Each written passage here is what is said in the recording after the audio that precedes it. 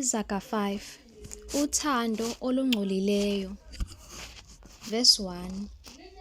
Ndodana yami, lalela ukuhlakanipha kwami, ubeke indlebe yakho ekuqondeni kwami, ukuba ugcine amasu, nezindebe zakho zilonde ukwazi, ngokuba izindebe zowesifazane ondindayo ziconsa izinyosi, umlomo wakhe ubushelezi kunamafutha.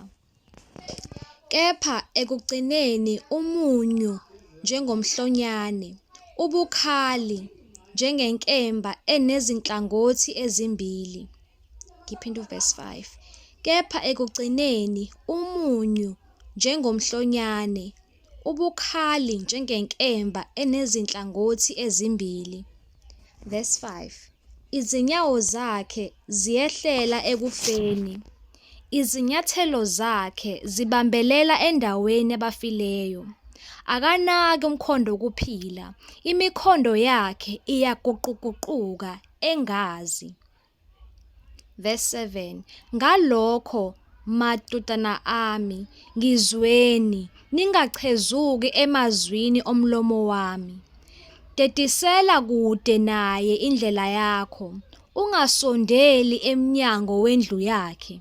Funa unike abanye udumo lwakho, nayo nonya iminyaka yakho. Funa bezizwe basuthe ngamandla akho, umshikashika wakho ube sendlini yomfokazi, uze ububule ekugcineni lapho umzimba wakho nenyama yakho kuqediwe ngokuthi, yeka ukuzonda kwami kulawa, nokudelela kwenhliziyo yami ukusolwa. Angilalelanga izwi labafundisi bami, angibekanga indlebe yami kubo abangifundisayo. Ngacishe ngaba sebubini bonke phakathi kwebandla nasemhlanganweni. Verse 15. Phuza amanzi emgodini wakho, amanzi agobhozayo emthonjeni wakho. Imithombo iyaphalala ngaphandle yini, nemifula yamanzi esigcawini na? Mayibe ngeyakho wena wedwa, ingabi ngeyabafokazi kanye nawe. Mawubusiswe umthombo wakho, uthokoze ngomfazi wobusha bakho. Verse 19.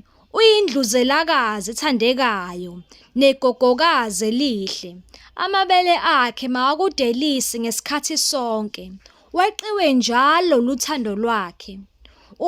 Ubuya kweqelwani ngowesifazane ondindayo, ndodana yami, ugone isifuba somfakazi na?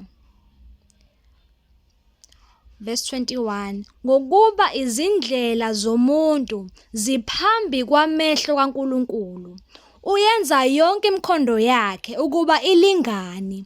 Omubi uyakubanjwa ngobubi bakhe, abhajwe ngezintambo zezono zakhe.